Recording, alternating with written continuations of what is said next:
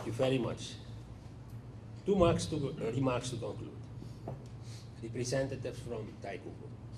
We guarantee optimal and responsible use and adequate maintenance of the donated devices. You can count on us.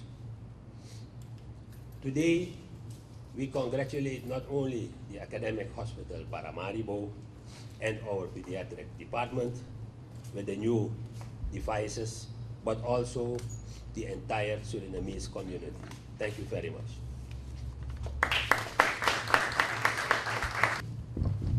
Thank you very much, Mr. Wanatabe, Mr. Matsumo. Thank you very much again for visiting us. I think it's about the fourth time we have met. I think the first time was about 6 months ago when we first met you at our hospital, and we discussed the possibilities of support.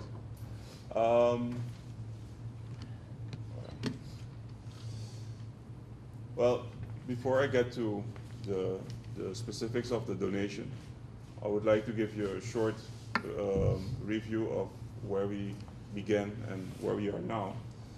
On this picture, you see a few of our nurses with 1-year-olds, and this is 1 year after we started with our NICU, with our neonatal intensive care department.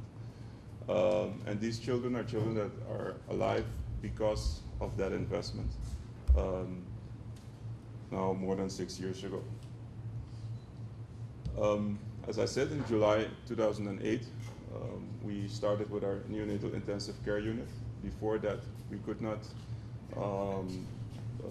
treat children which were extremely premature. We didn't have ventilators, we didn't have CPAP or other modes of respiratory support. And only after the first year, we saved at least 50 lives which would not have been saved otherwise. And in January 2003, we introduced treatment of surfactant. That's a medicine, something that babies that are born prematurely lack in their lungs, and we give that exogenously. And that also increases the amount of children that survive premature birth by about 5 to 10 a year.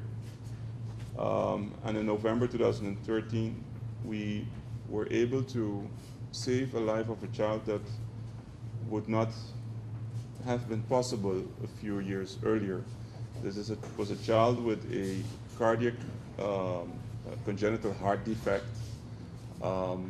which was dependent on flow through a duct that is still open when the baby is in the womb of the mother, but which closes afterwards. So we had to give this patient a continuous infusion of a medicine called Prostin to keep the ductus open so it could stay alive, and transported it over the big ocean to a cardiac congenital heart defect facility where the child was successfully operated, and the child is doing fine. So these are things that just to give an idea of the developments we are going through. But we're not there yet. There are still many children, premature children who are born and who do not get the treatment as they should have. Our neonatal intensive care unit is constantly running on full capacity. You can imagine that something that's running on full capacity, that is not a healthy situation, at least not if that's continuously so. We have to refuse babies on a weekly basis because we don't have enough capacity. You can all imagine the consequences of that. And not all newborns in Suriname which have a need for intensive care treatment get that right now because we don't have the capacity. And furthermore, we face a great challenge because of a quantitative and qualitative deficiency in nursing personnel. We're working on that. Next slide. What we're doing right now, we are in the preparations for the building of our new neonatal intensive care department has already started. We hope that by this time next year, we have a much larger and more modern NICU facility, making us able to provide the care that for all children in Suriname in need of intensive care treatment. And with the help of companies like your company, Teikoku, we are able to increase capacity right now. So right now, because you have donated 3 incubators, we are able to accept more children. And that means more children are being kept alive because of your donation. So it's not a small thing. And we are in preparations right now to start a nursing training again, but now with a university clinic in the Netherlands to upgrade the level of care. And also we are attracting foreign nurses because we don't have enough local nurses to fill in the gaps. So, well, with a donation of roughly $106,000 which is a great amount of money, we were able to purchase a number of things. The general director already pointed out the incubators, the patient monitors, and the phototherapy. I will go a little bit more in detail about these particular products. This is one of the incubators already in use. This is a picture of our department. This is a 750 or 60 grams newborn, which of course should not have been born that early, but it happens. And then we have to be ready. And we have to do something to try to copy the situation in the mother's womb, which of course is far much better, but we have to do our best to make sure that we come close. Just to go back a minute, we didn't buy just some incubator off the shelf. We have, since a year now, we have a engineer, a medical engineer, which helps us with selecting the right products. And this incubator is an incubator, it's top of the line. It's one of the best incubators there is. And also, what's very important, this brand has a very good track record in terms of ease of use, but also durability. We think that we can easily work with these incubators for at least 15 years and maybe more.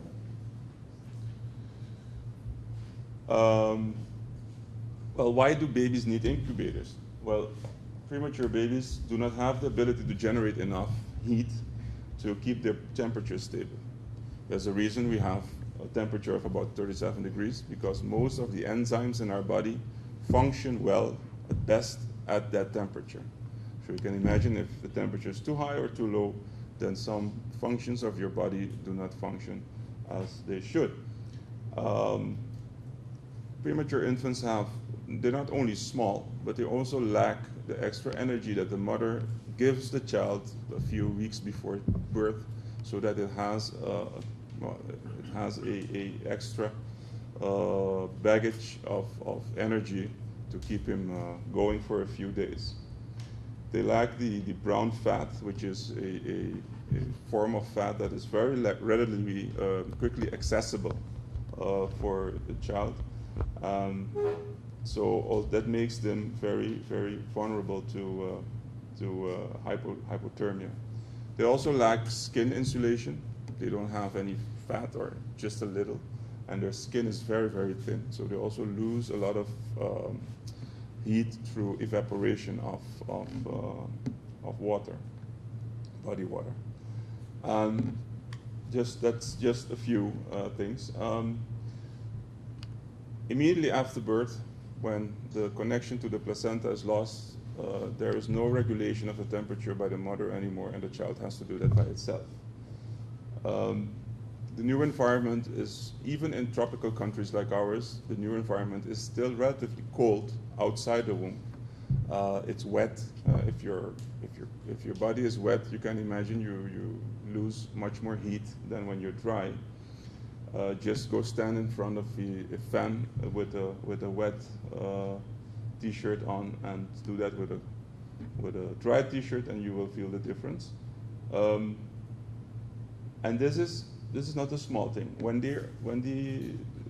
We do not support the children with an incubator in which we try to simulate intrauterine life.